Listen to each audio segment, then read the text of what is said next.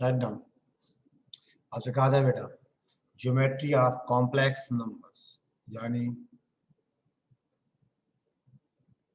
Geometry of complex number. ठीक है, पहली बात बेटा हम आपसे कहें डिस्टेंस फार्मूला।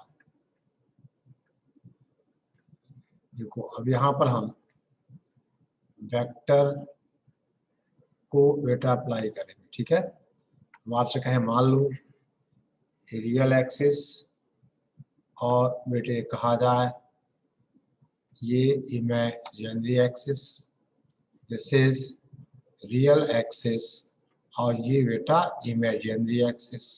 मान लो हमें बेटे 2 पॉइंट्स पता हो ऐसा कुछ और हमें इनके बीच की डिस्टेंस निकालनी हो। ठीक है ना बेटा, एक पॉइंट है, आपसे कहा जाए this is suppose A, that is Z1 और ये पॉइंट है B, दैट इज Z2। समझ गए बात को?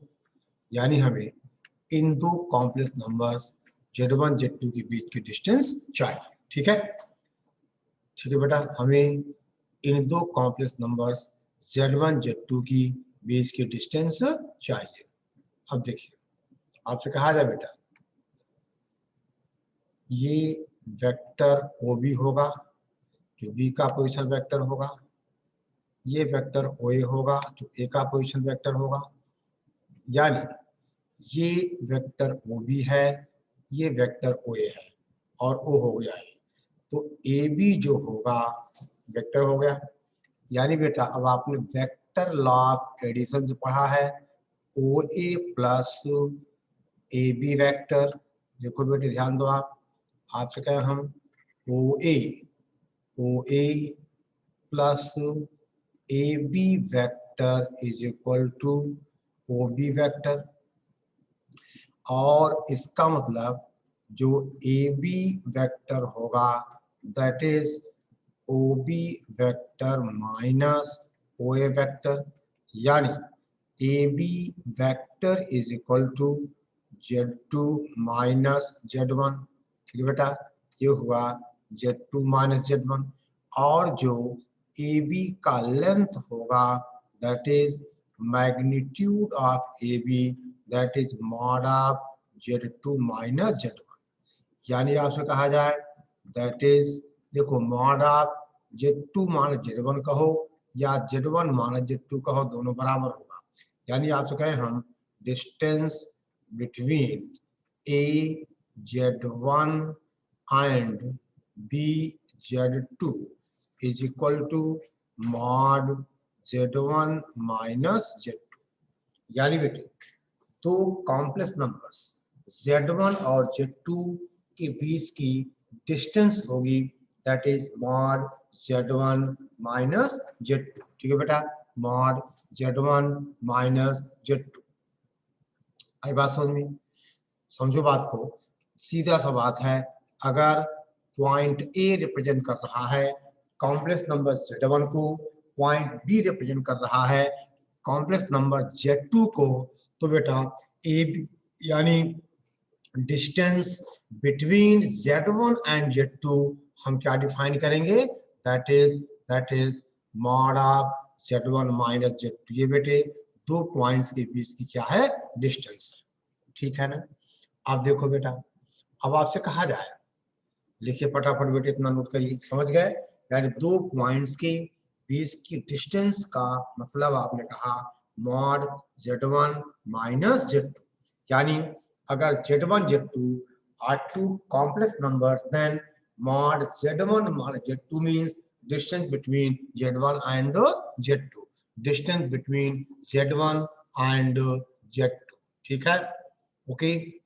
अब देखिए आपसे कहा जाए बेटा नोट, हम आपसे कहें 3 पॉइंट्स यानी A Z1 B Z2 and C Z3 are collinear,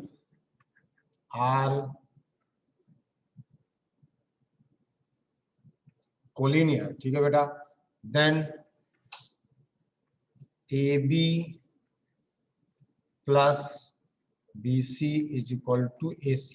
देखो बेटे, अगर 3 पॉइंट्स कोलिनियर हों, आपसे कहा जाए यहाँ पॉइंट A है जो कॉम्प्लेक्स नंबर Z1 को रिप्रेजेंट करे, यहाँ बेटा पॉइंट B है जो Z2 रिप्रेजेंट करे, और यहाँ C है जो Z3 रिप्रेजेंट करे। तो अगर AB प्लस BC AC हो, पॉइंट्स क्या होंगे?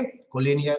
यानी mod of Z1 minus Z2 plus mod of Z2 minus Z3 is equal to mod Z1 minus Z2। यानी अगर Z1 Z2 Z3 कोलिनियर हैं तो आपने कहा ये कंडीशन आ गई।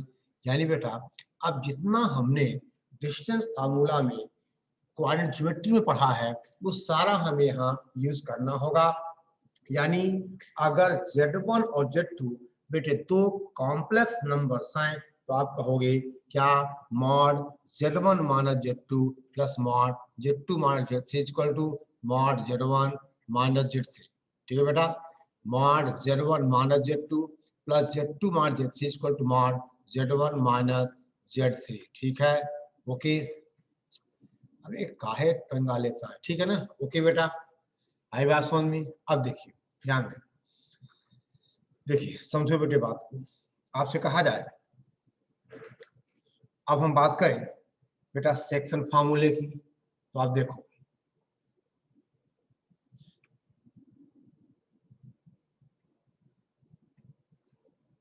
हम बेटे कहें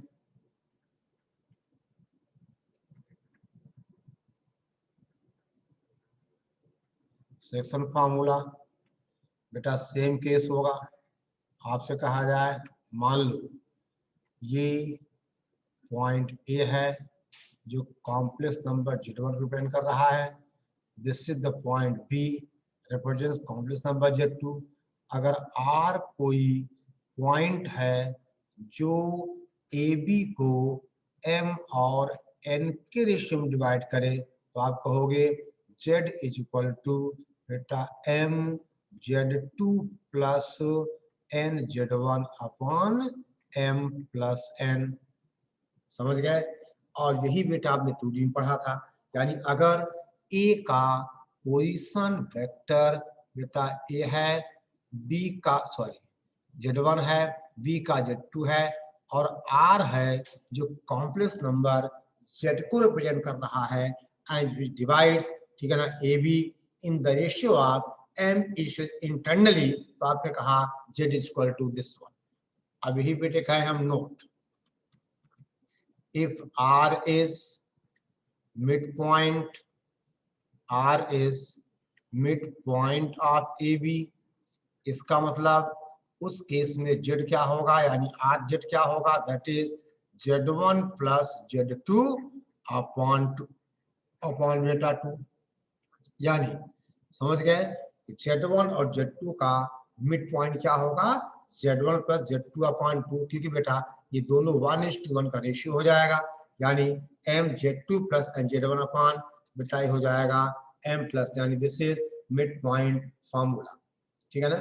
और इसी बेटे यहाँ पे आप एक्सटर्नल सेक्शन फार्मूला डिफाइन, देखो ये क्या है, ये इंटरनल है, दिस इज इंटरनल, ठीक है ना, सेक्शन फार्मूला इंटरनल।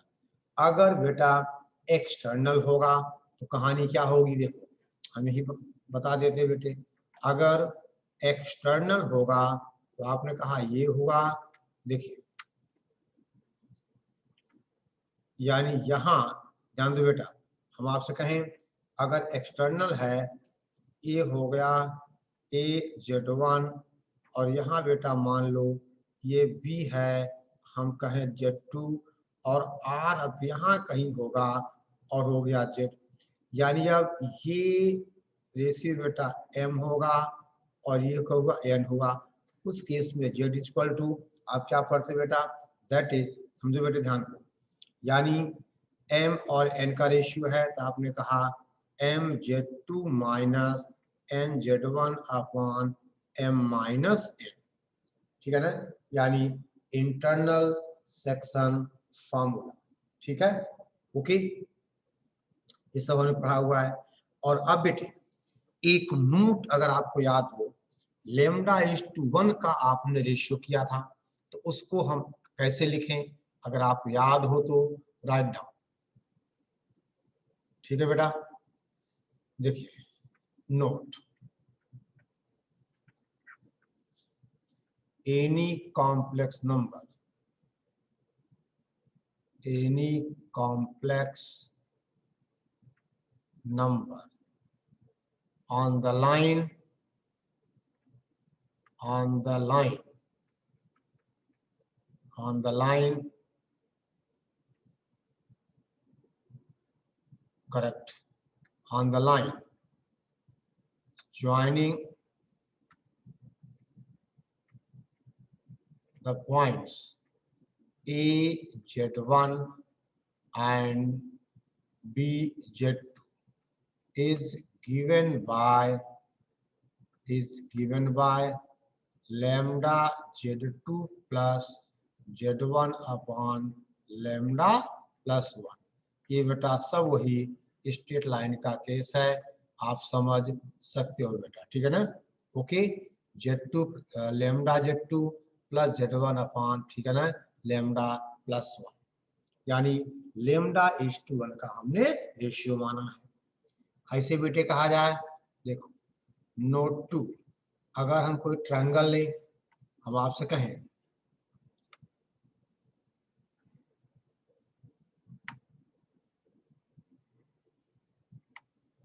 मान लो बेटे दिस इज ए Z1 है और ये है बी Z2 और सी हो गया Z3, तो इसका बेटा सेंट्रॉयड क्या होगा, centroid of the triangle is equal to Z1 plus Z2 plus Z3 upon 3।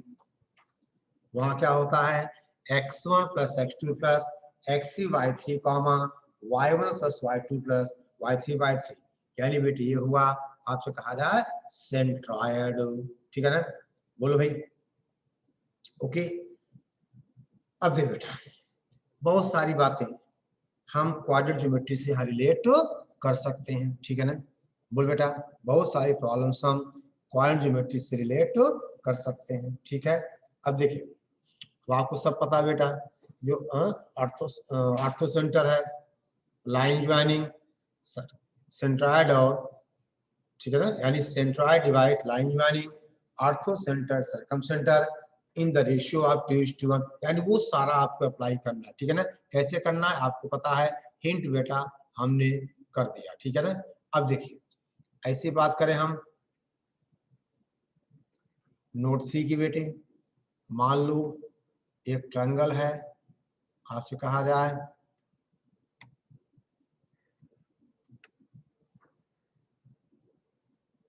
ठीक है बेटा, यानी this is point A Z1, ये क्या हो गया B, कॉम्प्लेक्स नंबर Z2, ये क्या हो गया C, ठीक है ना, कॉम्प्लेक्स नंबर Z3। तो इन सेंटर बेटे क्या होगा, इस ट्रायंगल का इन सेंटर इज इक्वल, देखो इसके अपोजिट लेंथ ए है, ये लेंथ बी है, ये लेंथ सी है, that is A Z1 plus B Z2 plus C Z3, ठीक है बेटा, अपॉन बोलो A plus B plus C, जैसे आपने पढ़ा था क्वाड्रेटिक ज्योमेट्री में बेटा वही कंडीशन हो गई, ठीक है ना। बोल भाई, अब बेटा हम एक सवाल करें, फिर आगे हम एरिया ऑफ ट्रायंगल की बात करें, समझ गए बेटे। यानी अगर ट्रायंगल के वर्टिसेस हैं AZ1 BZ2 और CZ3, तो इस ट्रायंगल का इन सेंटर यानी complex number represented by in centre of the triangle is AZ1 plus BZ2 plus CZ3 upon A plus B plus C, ठीक है बेटा। कोई दिक्कत कोई परेशानी, ना कोई दिक्कत ना कोई परेशानी। अगर रोज का काम रोज करोगे तो कोई दिक्कत नहीं आएगी, ठीक है ना। आई बात समझ में। रोज का खाना रोज खाओगे सही रहेगा, और 4 दिन का खाना एक बार में खाओगे तो ठीक है ना। हाँ ओके। देखो ध्यान दो बेटे, आप आपसे कहा जाए राइट अ क्वेश्चन, ध्यान दो बेटे। लेट Z1 Z2 Z3 भी, बेटे सवाल है late Z1 Z2 and Z3 भी 3, बेटे मेरे साथ साथ लिखो आप, 3 complex numbers and A, B, C belongs to R, A, B belongs to R, such that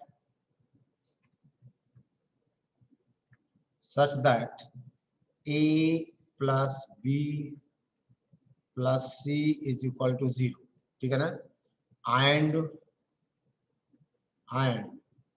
A Z1 plus B Z2 plus C Z3 is equal to 0, then ये बेटा बहुत बढ़िया सवाल है, then prove that Z1 Z2 and Z3 are collinear. तो बेटा हमें prove करना है Z1 Z2 and Z3 are collinear, ठीक है बेटा। We have to prove Z1 Z2 Z3 are collinear, ठीक है। देखो बेटा समझो बात को, क्या क्या गिवन है, देखिए इसका हम सोल्यूशन देखें। बेटे पहली बात तो हमें गिवन है A plus B plus C is equal to 0, और गिवन है A Z1 plus B Z2 plus C Z3 is equal to 0, ऐसा गिवन है बेटे।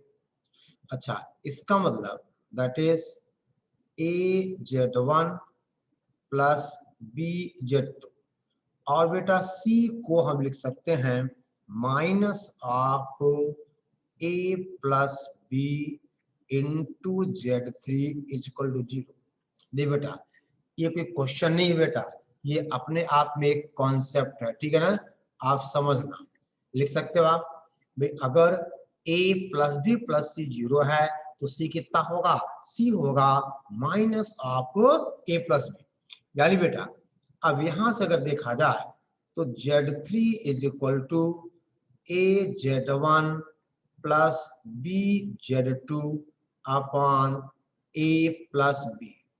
बेटे इसका मतलब Z3 डिवाइड्स, दे बेटा Z3 divides Z1 and Z2 in the ratio of A is to B, समझ गए बेटा, इन the ratio of correct A is to B। अब बेटे अगर Z3 Z1 Z2 को रेशियो में डिवाइड कर रही है, इसका मतलब Z1 Z2 Z3 are collinear, समझ गए बेटा, समझ गए ना।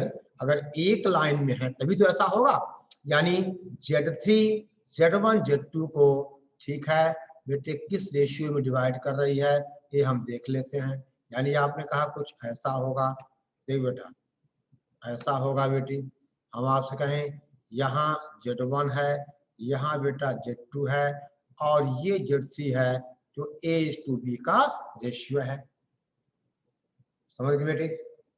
A Z1, चलो यहाँ अब बेटे यहाँ B होगा यहाँ A होगा, एक ही बात है, ठीक है ना। यहाँ B होगा यहाँ A होगा, समझ गए बेटे।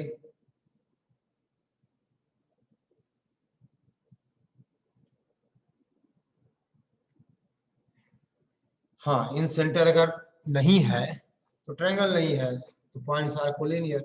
चलो अब देख बेटा ध्यान दो आप, ठीक है ना। तो आप समझ गए बेटे, इस क्वेश्चन को देखो कहां से हमें क्या प्रूव करना था, कोलिनियर।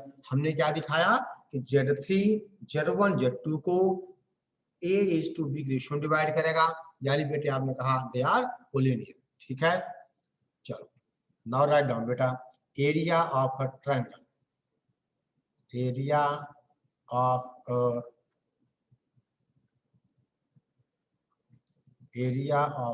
ट्रायंगल, ठीक है ना। आपसे करें हम if Z1 Z2 and Z3 are the आपसे कहा fx's of the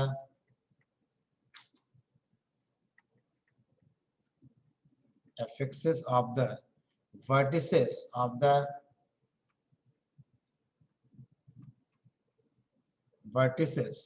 of a triangle, then its area is equal to, देखो बेटा ध्यान देना, 1/4, देखो अब ये डिटर्मिनेंट है बेटे, determinant Z1 conjugate Z1 conjugate 1, Z2 conjugate 1 और Z3 कॉन्जुगेट 1। इसका मॉड लेना होगा, नहीं समझे बेटा। अगर एरिया नेगेटिव होगा तो पॉजिटिव लिखना, ठीक है ना। या आप चाहो तो यहाँ ब्रैकेट लगा देते हैं और ये हमने बाहर ये मॉड लगा दिया, यानी 1/4 determinant Z1 conjugate 1, Z2 conjugate 1, Z3 conjugate 1। यानी हम ज्योमेट्रिकली बेटा कुछ ऐसा कह सकते हैं, ठीक है।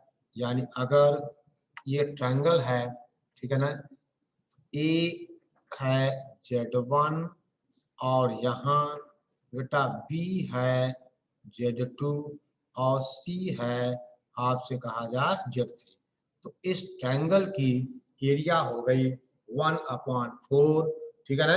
Z1 Z2 1/4 determinant Z1 conjugate 1, Z2 conjugate 1, Z3 conjugate 1, ठीक है।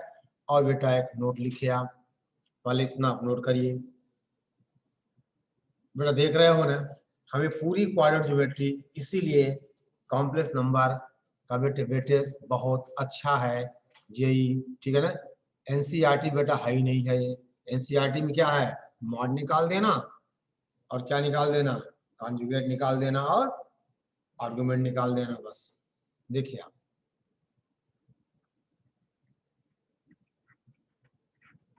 क्वेश्चन है बेटा, the area of the triangle with vertices, the area of a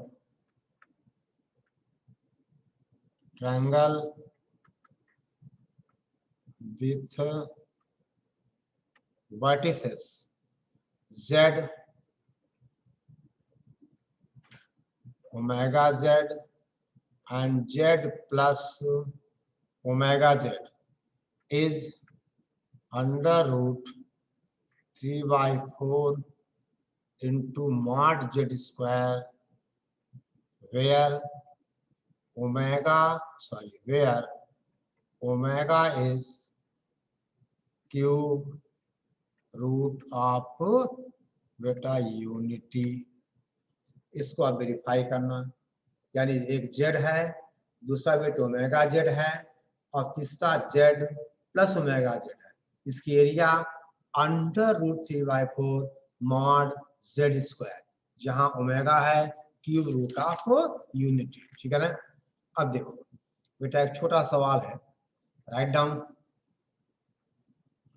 इसको वेरीफाई बेटा आप खुद करोगे और ये इंपॉर्टेंट रिजल्ट है। यानी उस ट्रायंगल की एरिया जिसके वर्टिसेस, यानी हम इसको बेटा ऐसा भी चाहें तो डिफाइन कर दें, यानी इस तरह से,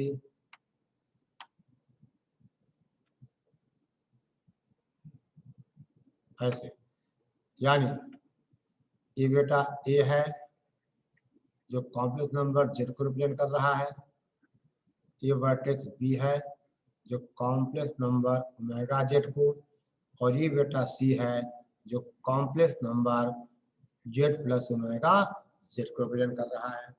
तो तो इसकी एरिया क्या हो गई, दैट इज √3/4 mod z²। ठीक है बेटा, √3/4 mod z²। ठीक है, ओके। अब जैसे देखो आपने कहा था कि z आयोटा z, ये सवाल किया था आपने, z प्लस आयोटा z, ठीक है ना, z plus iota z। Determinant भी वेरीफाई करेंगे मींस,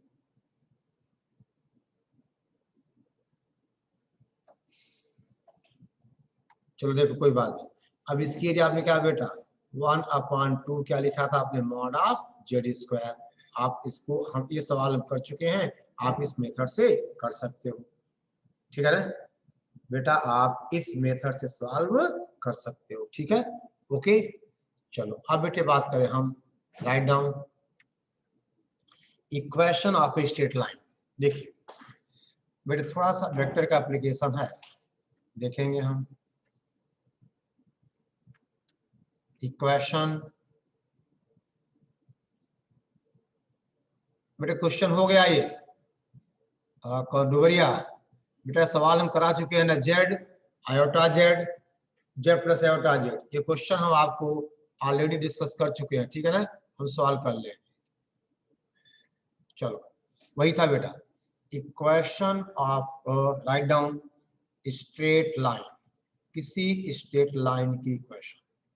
अब देखो यहां बेटा एक पैरामीट्रिक फॉर्म है, यानी पहला फॉर्म, देखिए equation of a line passing through, देखो बेटे बहुत कुछ हमें वेक्टर से, पासिंग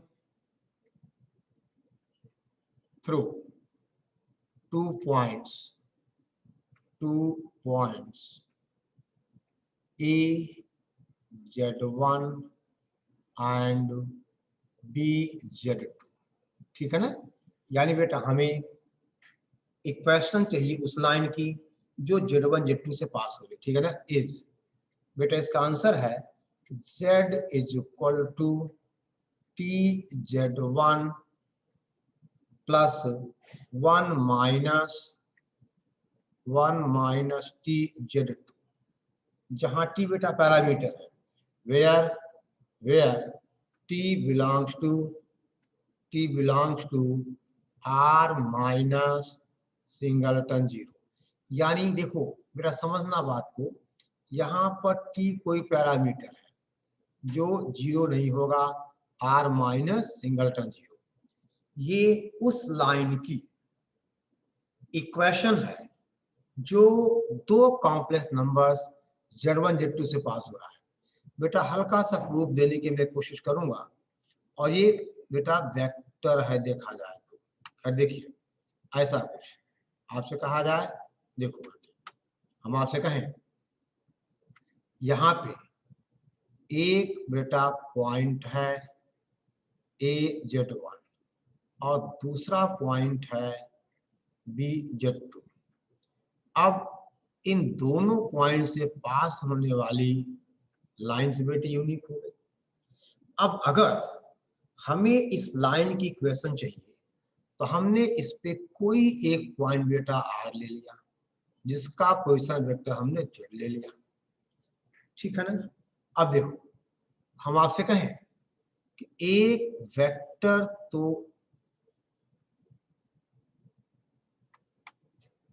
दे बेटा OB हो गया, फिर बेटा ये वेक्टर OA हो गया, उसके बाद ये वेक्टर OR हो गया। देखिए ये बताओ बेटा यहाँ पे AB वेक्टर क्या होगा, बोलो। AB वेक्टर हो जाएगा Z2 माइनस Z1, यानी B का पोजीशन वेक्टर माइनस A का पोजीशन वेक्टर।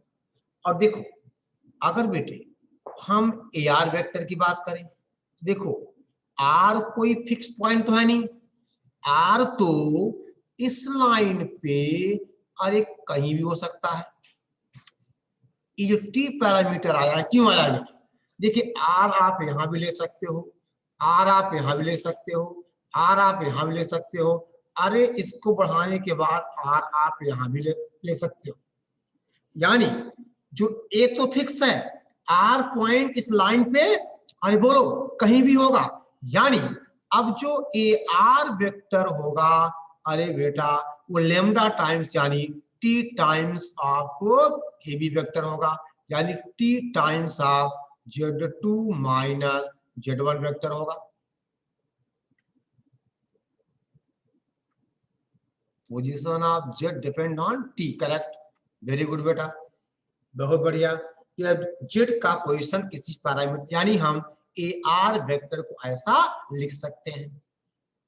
बोल बेटा, यानी अब देख बेटे, अब आपसे कहा जाए कि अब आप O A vector plus A R vector, ठीक है ना, इज इक्वल टू बेटा क्या लिखोगे आप, ओ बी वेक्टर। या देखो आप ए बी वेक्टर तो बेटे आपका Z2 माइनस Z1 हो जाएगा ना, बोलो।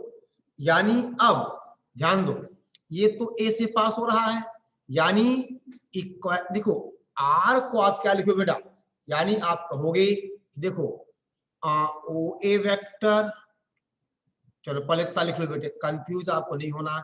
अब हम वेक्टर एडिशन अप्लाई कर देंगे, यानी आप कहा जाए in triangle O A R, देखो बेटे हम यहां लिख रहे हैं, आप इसको थोड़ा सा नोट कर लीजिए। देखिए now O A vector plus, बोलो बेटा, A R vector is equal to, बोलो बेटे, ओ आर वेक्टर। तो ओ ए वेक्टर तो बेटे क्या है, Z1 है, ए आर वेक्टर क्या है, T times of Z2 minus Z1 है, और ये बेटे क्या है, R है, आर का क्या Z है, और ये दोनों बेटे एक ही बात है, आप देख लो ये और ये दोनों एक ही है। आप ब्रैकेट ओपन कर दो, ठीक है ना, क्या लिखोगे, TZ2 माइनस बेटा TZ1। देखो अब वही बात है बेटे, हम Z2 यहाँ Z1 यहाँ करते ये वाला आ जाएगा, यानी ये दोनों बेटा एक ही है। यानी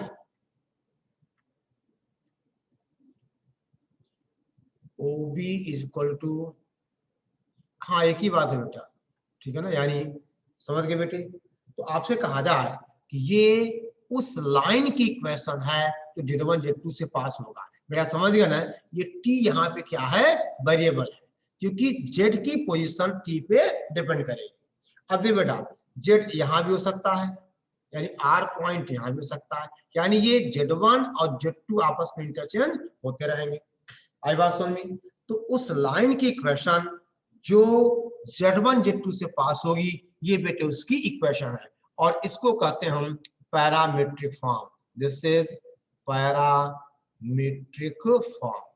नोट करो बेटे, देखो ये हम बेटा 12th में एक सीडी पढ़ेंगे, वहां पे आप क्लियर हो जाएगा, यही इक्वेशन सीडी में भी है सेम, बस यहाँ पे क्या होगा, जेड की जगह हम क्या करेंगे, इसका पॉजिटिव वेक्टर आर ले लेंगे, are is equal to TZ1। सब समझ गए बेटा, यानी अब आर जो है ये फिक्स नहीं है, यानी ये जेड इस लाइन पे कहीं भी हो सकता है, कभी ए बी के बीच में होगा, कभी बी के इधर, कभी ए के इधर, यानी Z is equal to TZ1 plus 1 minus TZ2, ये उस लाइन की इक्वेशन है जो कॉम्प्लेक्स नंबर Z1 Z2 से पास हो रहा है, और इसे कहते हैं हम parametric form.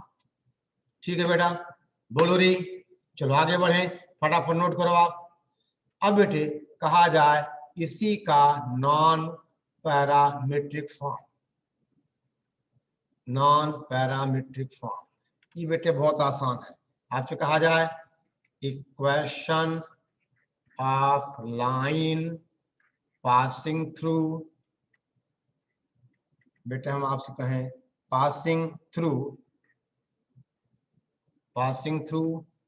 AZ1 and BZ2 is, देखो is बेटा determinant Z conjugate 1, Z1 conjugate 1, Z2 conjugate 1 is equal to 0।